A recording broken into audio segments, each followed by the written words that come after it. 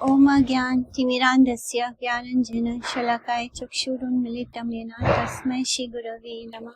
वाञ्छाकल्पतरुभ्यश्च कृपा सिन्धुभ्येव च पतितानां पावनेभ्यो वैष्णवेभ्यो नमो नमः।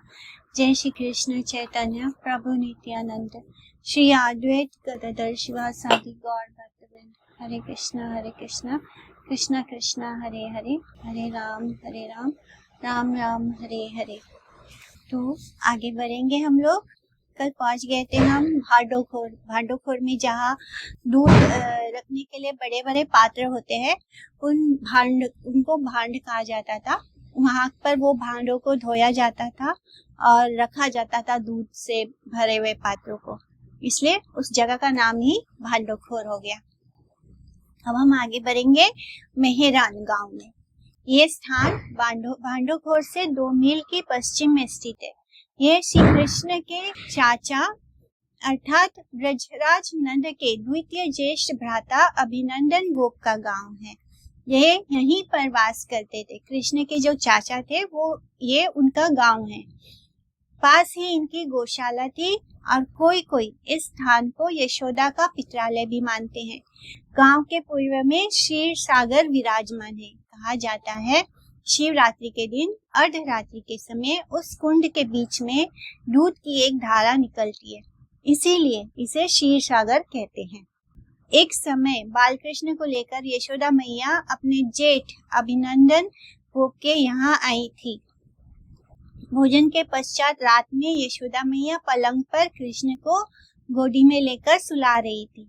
कृष्ण ने कहा, मैया एक कहानी सुनाओ। यशोदा जी ने कहानी कहने लगी और कृष्ण हूँ हूँ करने लगे। जैसे कोई हमको कहानी सुनाता है तो हम बोलते हैं ना हाँ हाँ, तो ऐसे कृष्ण क्या हूँ कर रहे थे। तो यशोदा जी कहने लगी, दशरथ नाम के एक राजा थे। तो कृष्ण कहते हैं हूँ। फिर उनके 4 पुत्र थे, राम, लक्ष्मण, भरत, शत्रुघ्न। तो कृष्ण भी हूँ करते जा रहे हैं। राम का विवाह महाराज जनक की बेटी जानकी से हुआ। पिता के आदेश से राम अपनी पत्नी सीता और छोटे भैया लक्ष्मण जी को साथ लेकर वन में चले गए और कृष्ण हूँ करके हुंकारी भरते जा रहे थे। यशोदा मैया ने कहा, वन में रावण नामक राक्षस ने सीता जी का हरण कर लिया। इतना सुनते ही कृष्ण अपने पूर्व अवतार राम के आवेश में आविष्ट होकर लक्ष्मण धनुष लाओ कहते हुए पलंग से कूद पड़े। ऐसे देखकर यशोदा मैया डर गई। ये लीला यहीं इसी जगह पर हुई है, मेहरान गांव में। सातोया नेक्स्ट गांव है सातोया। मेहरान गांव से 2 मील के पश्चिम में ये गांव स्थित है। इसका नामांतर सतवास भी है। इसका एक और नाम क्या है? सतवास। ये श्री कृष्ण की महिषी, उनकी पत्नी सत्यभामा के पिता महाराज सत्राजित की सूर्य आराधना का स्थल है। 17 शब्द का ही अपभ्रम सतवास है। गांव के उत्तर पूर्व कोण में सूर्य कुंड विराजमान है। इसी कुंड के उत्तर तट पर सूर्य मंदिर है। यहीं कुंड में स्नान कर महाराज सत्राजित सूर्य की आराधना करते थे। सूर्य देव ने प्रसन्न होकर उनको एक सूर्य कांति प्रदान की थी, जो प्रतिदिन महाराज सत्राजित को प्रचुर स्वर्ण प्रदान करती थी। पाई गांव सतवास से 5.5 मील उत्तर पश्चिम कोण में पाई गांव स्थित है। एक समय श्री कृष्ण सखियों के साथ लुका छुपी की लीला खेल रहे थे। कृष्ण कहीं छिप गए। राधिका के साथ सखियां अत्यंत व्याकुल हो उन्हें खोजने लग पड़ी। बहुत प्रयत्न करने पर गोपियों ने कृष्ण को यहीं पर ढूंढ निकाला, उनको वहीं पे पाया। तो कृष्ण को पाकर सखियां और राधा रानी सब बहुत प्रसन्न हुई और बोली पाई यानी किसको पा लिया? कृष्ण को पा लिया। इसलिए इस गांव का नाम ही पाई प्रसिद्ध हो गया। तो ये गांव हो गया पाई गांव। तो सभी गांव ब्रज की सीमा पर अवस्थित है। तिलोयार, यहाँ राधा और कृष्ण सखियों के साथ लीला विलास में इस प्रकार आविष्ट हो गए कि उन्हें भोजन पान के लिए तिल मात्र का भी स्मरण नहीं रहा। घर लौटने की तो बात ही अलग रही। किसी प्रकार से वृंदा देवी ने इन्हें घर लौटने का स्मरण दिलाया। तिल मात्र का भी समय स्मरण न रहने के कारण इस स्थान का नाम तिलोयार हो गया और इन गांवों में मेवा जाति के मुसलमान रहते हैं। ये गांव भी ब्रजमंडल की सीमा पर स्थित है। श्रृंगारवट तिलोयार गांव से 2 मील के उत्तर में श्रृंगारवट अवस्थित है। यहाँ क्रीड़ा करते समय सखाओं ने श्री कृष्ण के अंगों में 16 श्रृंगार धारण कराए थे। कभी श्री कृष्ण ने अपने हाथों से श्रीमती राधिका को केश संस्कार आदि 16 श्रृंगार धारण कराए थे। अब वह वट वृक्ष अंतर्धान हो गया है। वह गांव आज भी श्रृंगारवट या श्रृंगार गांव के नाम से प्रसिद्ध है। बिछोड़ श्रृंगारवट से 1.5 मील उत्तर पूर्व तथा कोशी से 10 मील दक्षिण पश्चिम में कोण में ये लीला स्थली अवस्थित है। श्री कृष्ण ने यहाँ पर सखियों सहित श्रीमती राधिका के साथ विविध प्रकार का लीला विलास किया था। लीला विलास के पश्चात घर लौटते समय दोनों वीरा विच्छेद से कातर हो गए थे, इसलिए ये गांव का नाम बिछोड़ गांव हो गया प्रसिद्ध। क्रीड़ा वसाने ते दोहे चले निजालया विच्छेद प्रयुक्ता ए बिछोड़ नाम हया। अंध को अंधो ये स्थान बिछोड़ से 2 मील और उत्तर पश्चिम में तथा श्रृंगारवट से 3 मील उत्तर में स्थित है। ये गांव भी ब्रज की सीमा पर स्थित है। सोंड अंधोप से 4 मील उत्तर पूर्व में गांव स्थित है। ये नंद महाराज के छोटे भैया सानंद का गांव है। वे यहीं वास करते थे। ये कृष्ण को अत्यंत प्यार करते थे। कभी कभी कृष्ण को अपने पास भी बुलाकर इनको स्नान वेश रचना आदि के उपरांत अपने साथ बैठाकर स्वादिष्ट द्रव्यों का भोजन कराते थे। वनचरी ये स्थान सोंड से 2 मील उत्तर पूर्व में मथुरा दिल्ली राजमार्ग पर स्थित है। यहाँ भी ब्रज की सीमा पर स्थित है। यहाँ दाऊजी दर्शनीय है। होडल वनचरी से 4 मील दक्षिण पूर्व दिल्ली मथुरा राजमार्ग पर यह स्थान अवस्थित है। गांव के पास ही पांडव वन है। पांडवों ने वनवास के समय यहाँ निवास किया था। होडल गांव में पास में ही पांडव कुंड भी है और जहाँ वे लोग स्नान और जलपान आदि किया करते थे। होडल से दक्षिण पश्चिम के 1 मील दूर कुंजर वन है, जहाँ कृष्ण सखियों के साथ कुंजों में नाना प्रकार की क्रीड़ाएं करते थे। कभी कभी बहुत सी सखियां मिलकर कुंजर बन जाती थी। हाथी कुंजर मने हाथी। श्री कृष्ण उसके ऊपर चढ़कर बैठ जाते थे और इस क्रीड़ा के कारण भी इस लीला स्थली का नाम कुंजर वन पड़ा है। दईगा ये स्थान होडल से 3 मील दक्षिण में स्थित है। यहाँ सखाओं के साथ कृष्ण ने दान लेने के बहाने गोपियों से दही को लूटा था। यहाँ दधी कुंड, मधुसूदन कुंड, श्रृंगार मंदिर, शीतल कुंड, सप्त वृक्ष मंडली दर्शनीय है। शीतल कुंड के तट पर कदम वृक्ष के नीचे श्री वल्लभाचार्य जी की बैठक है। लालपुर दई गांव से 1.5 मील पश्चिम की ओर ये गांव स्थित है। इस गांव के उत्तर में दुर्वासा मुनि का आश्रम है। वहाँ दुर्वासा कुंड है और दुर्वासा जी का मंदिर भी है। उसके आगे आता है हरोयन गांव। इस गांव का वर्तमान नाम पीपरवार है। यहाँ श्रीमती राधिका ने पासा क्रीड़ा में कृष्ण को हराकर उनकी वंशी को जीत ली थी। इसका प्रसंग कुछ इस प्रकार है। किसी समय श्रीमती राधिका जी ने ललिता आदि सखियों से परामर्श किया, सलाह मशवरा किया और कृष्ण को शारीरिक शक्ति में हम लोगों से अधिक बलवान होने के कारण शारीरिक शक्ति वाली क्रीड़ा में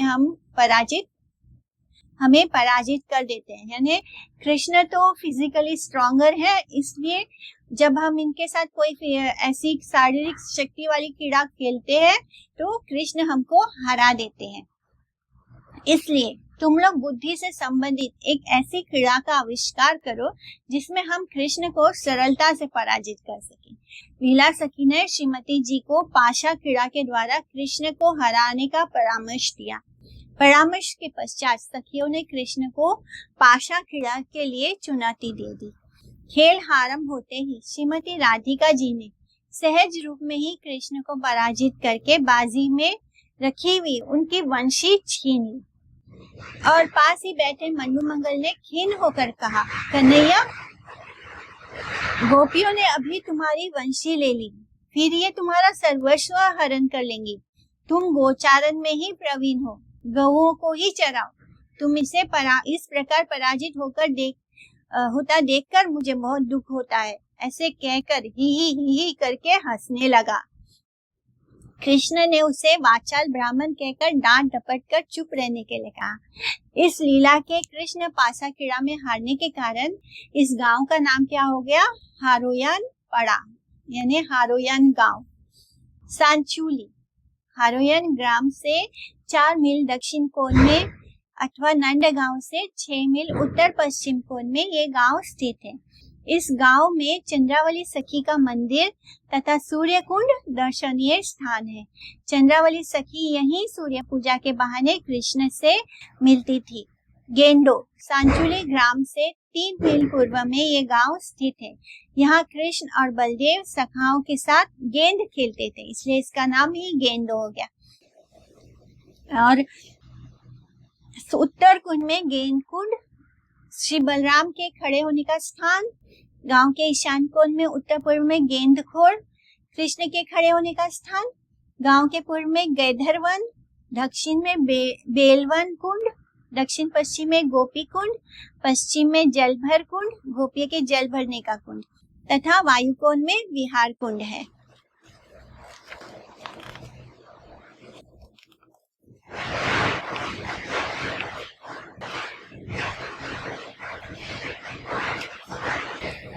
अब हम नंदगांव बढ़ेंगे। बरसाने की पूरी परिक्रमा हो चुकी है।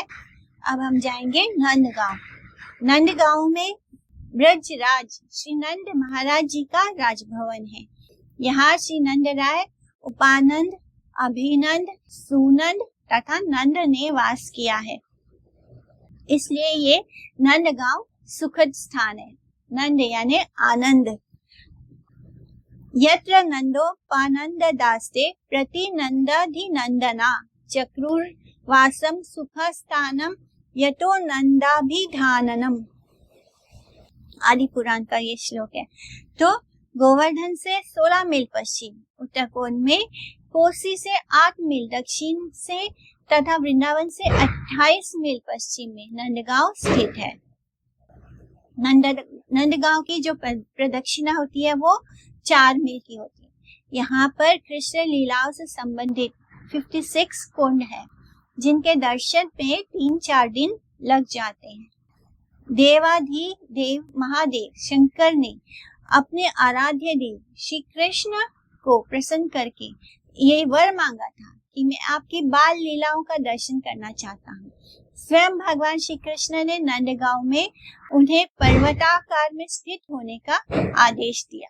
श्री शंकर महादेव भगवान के आदेश से नंदगांव में नंदीश्वर पर्वत के रूप में स्थित होकर अपने आराध्य देव के आगमन की प्रतीक्षा करने लगे।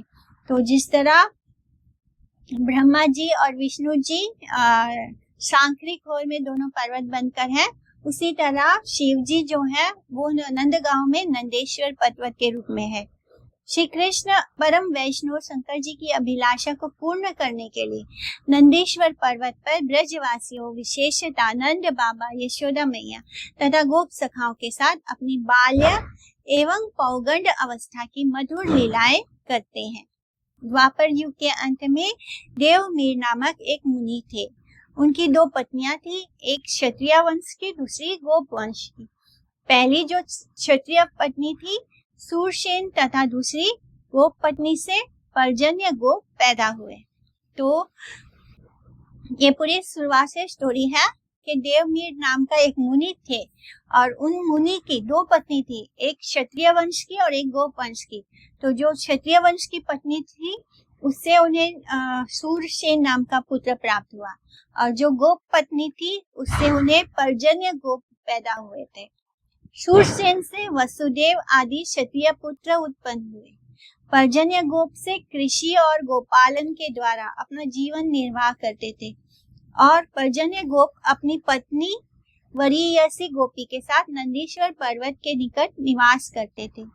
देव ऋषि नारद भ्रमण करते करते एक समय यहाँ पर आए। पर्जन्य गोप ने विधिवत पूजा के द्वारा उनको प्रसन्न करके उनसे उत्तम संतान प्राप्त करने के लिए आशीर्वाद मांगा। नारद जी ने उनको लक्ष्मी नारायण का मंत्र की दीक्षा दी और कहा कि इस मंत्र का जप करने से तुम्हें उत्तम संतान की प्राप्ति होगी। नारद जी के चले जाने पर वे पास ही तड़ांग तीर्थ में स्नान करके वही गुरु प्रदत्त मंत्र को प्रतिदिन जाप करते थे। नियम अनुसार वो जप करने लगे। एक समय मंत्र जप के समय आकाशवाणी होती है कि हे पर्जन्य, तुमने एकांतिक रूप से मेरी आराधना की है। तुम परम सौभाग्यवान हो। समस्त गुणों से गुणवान तुम्हारे 5 पुत्र होंगे। उनमें से मध्यम पुत्र नंद होगा जो महासौभाग्यवान होगा। सर्व विजयी सद ऐश्वर्य संपन्न प्राणी मात्र के लिए आनंददायक श्री हरि स्वयं उनके पुत्र के रूप में प्रकट होंगे। तो ऐसी आकाशवाणी सुनकर पर्जन्य गोप जो है वो बहुत प्रसन्न होते हैं। तो ये जो पर्जन्य गोप है ये श्री कृष्ण के दादा है। कुछ दिनों के पश्चात उन्हें 5 पुत्र और 2 कन्याएं पैदा हुई। वे कुछ और दिनों तक नंदीश्वर पर्वत के निकट रहे, किंतु कुछ दिनों बाद केशी दैत्य के उपद्रव से भयभीत होकर वे अपने परिवार के साथ गोकुल महावन में जाकर बस गए। वहीं मध्यम पुत्र नंद महाराज के पुत्र के रूप में स्वयं भगवान श्री कृष्ण प्रकट हुए। कुछ समय बाद वहां महावन में भी पूतना, शक्तासुर और त्रिनावट आदि दैत्यों के उत्पात को देखकर ब्रजेश्वर श्री नंद महाराज अपने पुत्र आदि परिवार वर्ग तथा गोपियों के साथ छठीगढ़ ग्राम में, फिर वहां से काम्यवन, खेलवन आदि स्थानों से होकर लास्ट में वापस वो नंदीश्वर में लौटकर यही निवास करने लगे। यहाँ पर कृष्ण की बाल्य एवं पौगंड की बहुत सी लीलाएं हुई हैं। यहीं से गोपाष्टमी के दिन पहले बछड़ों को और फिर बछड़ियों को तथा 2-4 वर्षों के बाद गोपाष्टमी के दिन से ही कृष्ण और बलदेव सखाओं के साथ गायों को लेकर गोचारण के लिए जाने लगे। तो अभी गोपाष्टमी आने वाला है।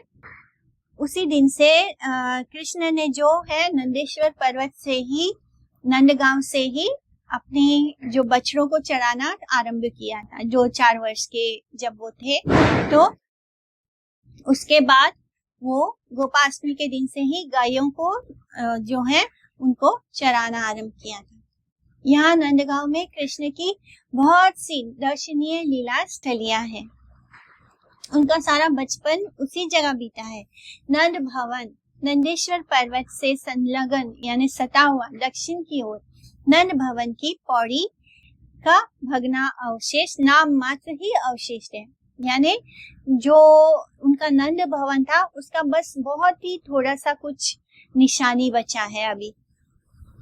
यहीं पर विशाल नंद भवन था और इसमें नंद बाबा, माँ यशोदा, माँ रोहिणी, कृष्ण और बलदेव सबके अलग अलग शयन घर, रसोई घर, भांडार घर, भोजन स्थल, राधिका एवं कृष्ण के विश्राम स्थल आदि कक्ष विराजमान थे। खूब बड़ा सा नंद भवन था। यहीं पर कृष्ण और बलदेव ने अपनी बाल्य, पौगंड और किशोर अवस्था तक की बहुत सी लीलाएं की है। यहीं पर माँ यशोदा के अत्यंत आग्रह और प्रीतिपूर्वक अनुरोध से सखियों के साथ श्रीमती राधिका हर रोज प्रतिदिन पूर्वाहन सुबह सुबह जावत से आकर परम उल्लास पूर्वक माँ रोहिणी के साथ कृष्ण के लिए रुचिकर द्रव्यों का पाक करती थी।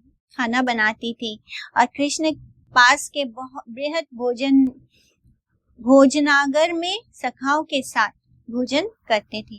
भोजन के पश्चात 100 पग चलकर शयनागार में विश्राम करते थे। मतलब इतना बड़ा महल था नंद भवन कि जब वो खाना खाने के बाद उनको 100 कदम चल के अपने शयन घर में जाना पड़ता था। राधिका का विश्राम स्थल, रंधन यानी किचन का जो भी कार्य है, कुकिंग का, रंधन का कार्य समाप्त होने के पश्चात श्रीमती राधिका माँ यशोदा के अनुरोध से श्री धनिष्ठा सखी के द्वारा लाए हुए श्री कृष्ण के भुक्ता अवशेष के साथ प्रसाद पाकर इसी बगीचे में विश्राम करती थी। उसी समय सखियां दूसरों से अलक्षित रूप में कृष्ण का उनके साथ मिलन कराती थी और इसलिए इस स्थान का नाम है राधा बाग। अलक्षित यानी दूसरों के लक्ष्य में नहीं आना, दूसरों की नजरों से छुपाकर सखियां क्या करती थी, कृष्ण के साथ उनका मिलन कराती थी। वनागमन स्थान, माँ यशोदा राम, बलराम भैया और कृष्ण का प्रतिदिन नाना रूप से श्रृंगार करके उन्हें गोचारण के लिए तैयार करती थी तथा व्याकुल चित्त से सखाओं के साथ गोचारण के लिए विदा करती थी।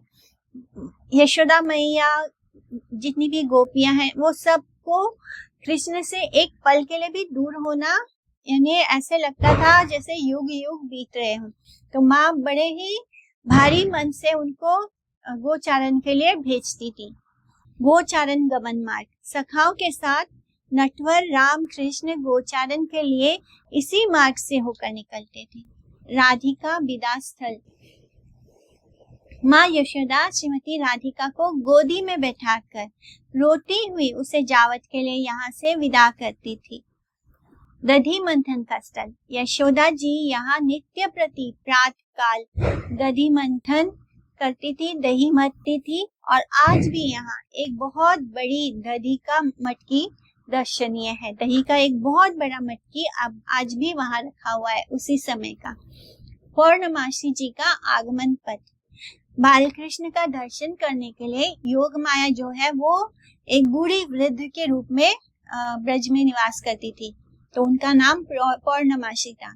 तो बाल कृष्ण के दर्शन करने के लिए योग माया पौर्णमासी इसी पथ से नंद भवन में पधारती थी। ये सारे स्थान बृहद आकार नंद भवन में स्थित है। श्री रघुपति उपाध्याय ने नंद भवन का सरस शब्दों में वर्णन किया है।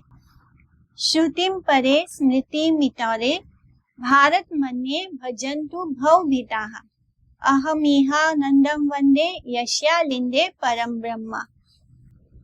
भव सागर से भयभीत कोई श्रुतियों का, कोई स्मृतियों का और कोई भले ही महाभारत का भजन करता है तो वह वैसा करे, परंतु मैं नंद बाबा की अहर्निश वंदना करता हूँ जिनके आंगन में परम ब्रह्म घुटनों से इधर उधर चलते हैं।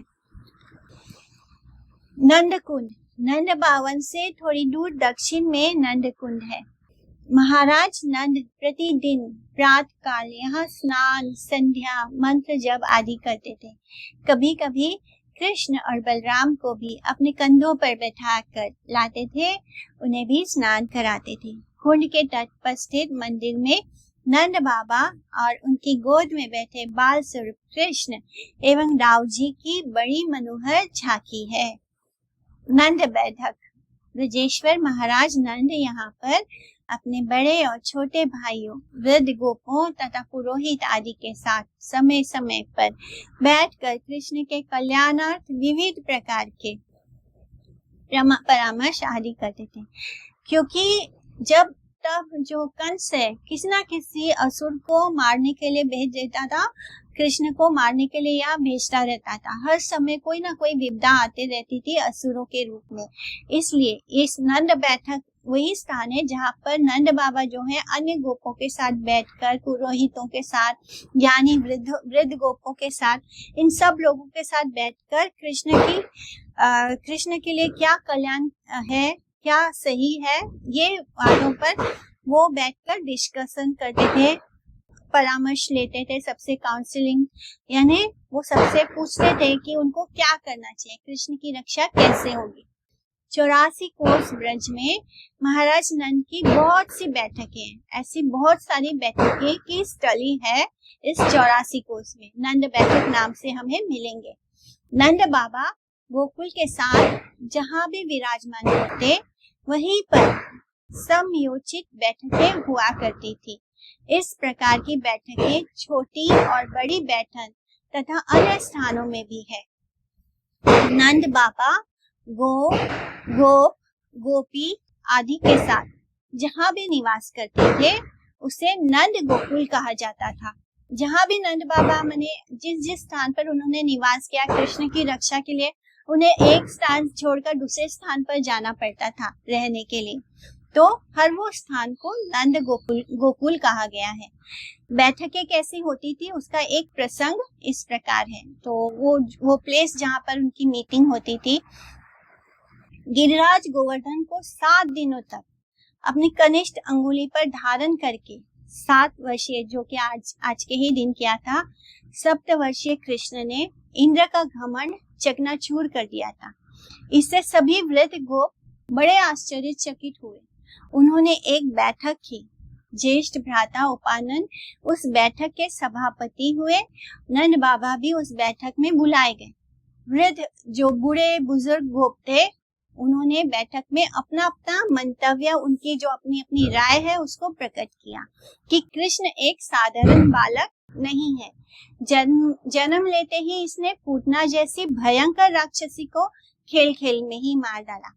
उसके बाद सक्तासुर, तृणावर्त, आगासुर आदि को मार गिराया। कालिया जैसे भयंकर नाग का भी दमन करके उसे काली दह से बाहर कर दिया।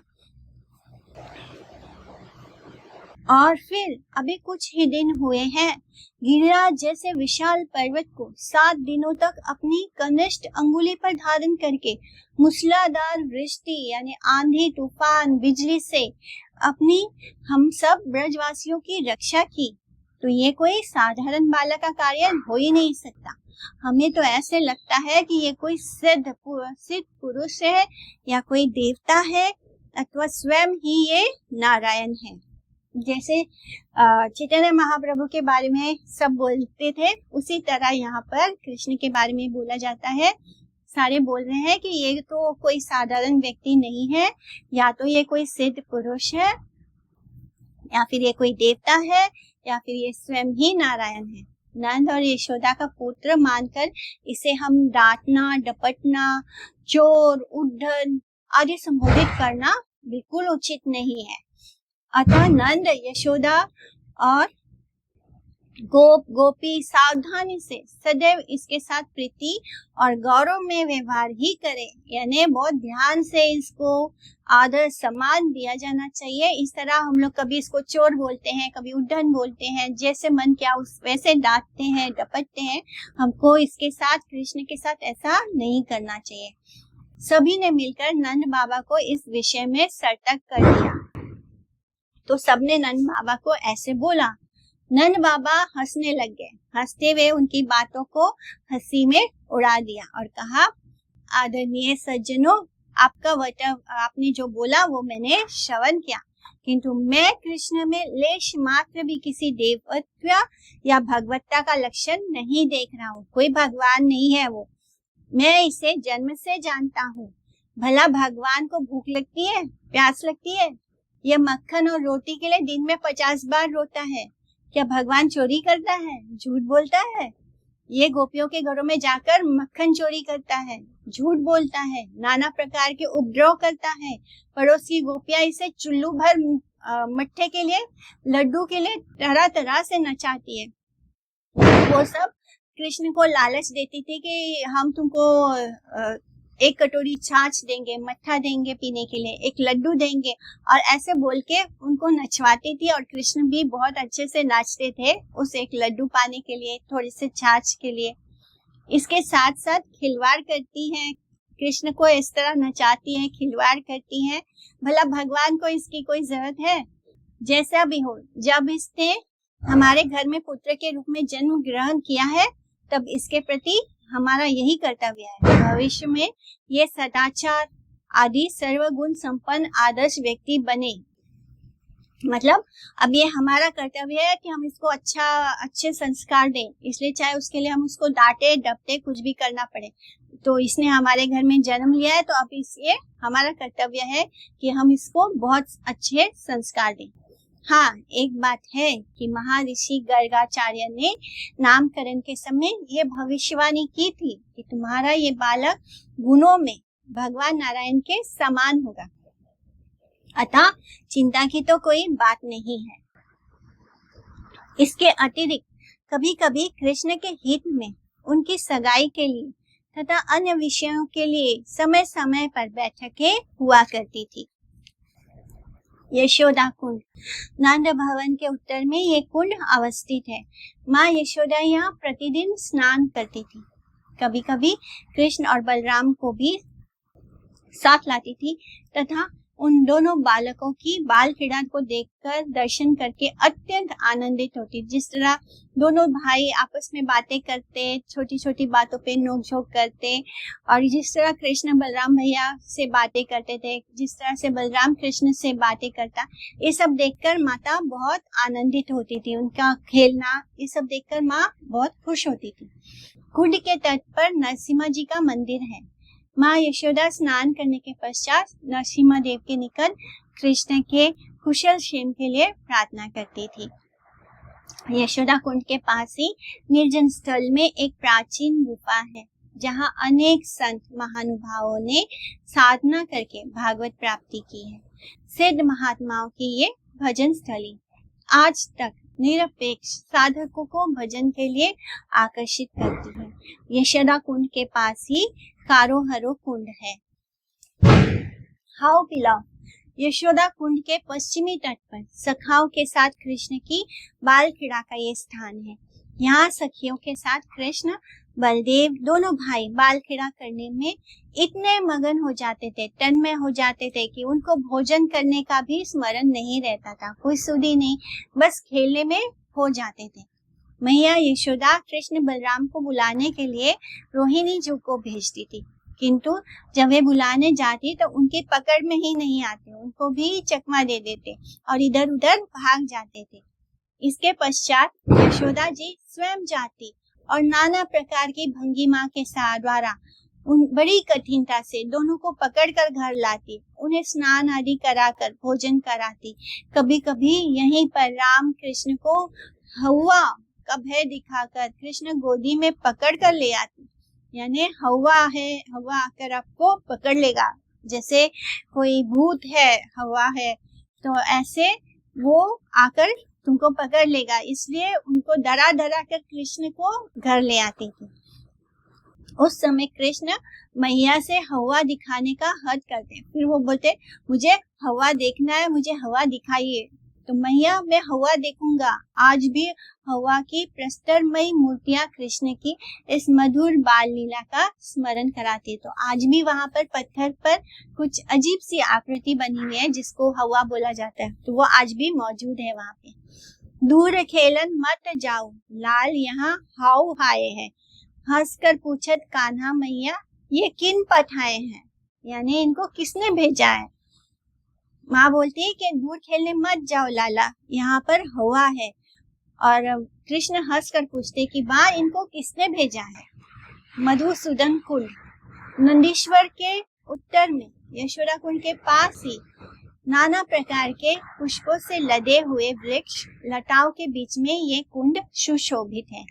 यहाँ मत होकर भ्रमरगण सदैव पुष्पों का मकरंद पान करते हुए, जो बम्बल बीज होते हैं, भ्रमरगण हमेशा यहाँ पर फूलों का मकरंद पान करते हुए सर्वत्र गुंजन करते रहते हैं।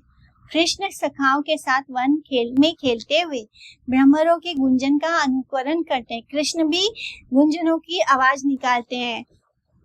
भ्रमरों का दूसरा एक नाम क्या है? मधुसूदन, क्योंकि वो मधु पान करते हैं हर पुष्प से, तो मधुसूदन भी है। तथा कृष्ण का भी एक नाम है मधुसूदन। दोनों के यहाँ गुंजन का स्थान होने के कारण इस स्थान का नाम क्या हो गया? मधुसूदन कुंड। पानीहारी कुंड, इसका नामांतर पनघट कुंड भी है। ब्रजवासी इस कुंड का विशुद्ध मीठा जल पान करते थे। गोप रमणियां इस कुंड पर जल भरने के लिए आती थी, इसलिए इसे पनघट कुंड भी कहते हैं। कृष्ण भी गोपियों के साथ मिलने के लिए पनघट पर उपस्थित होते। विशेषकर गोपियां कृष्ण से मिलने के लिए इतनी उत्कंठित होकर यहाँ आती थी। जल भरते समय कृष्ण का दर्शन करके ऐसे तन्मय हो जाती कि मटकी खाली है या जल से भरी है इसका भी उनको ध्यान नहीं रहता। तो गोपियां इतनी भाव विभोर हो जाती कृष्ण के दर्शन पाके कि उनको पता ही नहीं कि उन्होंने जल भरा है मटके में या नहीं भरा है, किंतु उनकी हृदय रूपी मटकी में प्रियतम अवश्य ही भर गए। तो उनका जो हृदय रूपी मटका है उसमें उन्होंने कृष्ण को भर लिया। इस तरह पनघट एक निगूढ़ रहस्य भी है। गोपियां यहाँ कृष्ण का ये पन प्रतिज्ञा स्मरण करके आती कि मैं वहाँ तुमसे अवश्य ही मिलूंगा। कृष्ण ने ये प्रतिज्ञा लिया था, कहा था, और कृष्ण उन पन को निभाने के लिए वहाँ उनकी प्रतीक्षा करते हुए निश्चित रूप से मिलते। अतः कृष्ण और गोपियां दोनों का पन यहाँ पूरा होता, यानी प्रण बोलते हैं तो उसको ब्रज भाषा में पन कहा गया है, प्रतिज्ञा, इसलिए इसे पनघट कहा है। पन यानी पानी नहीं होता, पन का मतलब होता है प्रतिज्ञा। तो वो घाट जहाँ पर कृष्ण ने वचन दिया कि मैं तुमसे वहां उस जगह पर मिलूंगा घाट पे, और गोपियों ने भी वचन दिया कि हम वहां आएंगे तुमसे मिलने, तो इसलिए उस जगह का नाम पनघट हो गया। चरण पहाड़ी, नंदगांव के पश्चिम में चरण पहाड़ी स्थित है। कृष्ण ने यहाँ लाखों गायों को एकत्रित करने के लिए गोचारण के समय इस पहाड़ी के ऊपर वंशी वादन किया था। वंशी के करुण मधुर स्वर से ये पहाड़ी गल गई तथा कृष्ण के श्री चरणों के चिन्ह यहाँ पर अंकित हो गए। परम भक्त अक्रूर जब कंस के आदेश से कृष्ण और बलराम को ले जाने के लिए मथुरा से नंदगांव जा रहे थे, तब नंदगांव के निकट पहुंचने पर यहाँ पहाड़ी के ऊपर तथा आसपास सर्वत्र ही रेती में कृष्ण के चरण चिन्हों का दर्शन हुआ था। वे इन चरणों में लोट-पोट कर भाव विवल होकर रुदन करने लगे। आज भी भक्त लोग श्री कृष्ण के चरण चिन्हों को देखकर भाव विवल हो जाते हैं। गायों का खूंटा, चरण पहाड़ी के निकट ही मोहिनी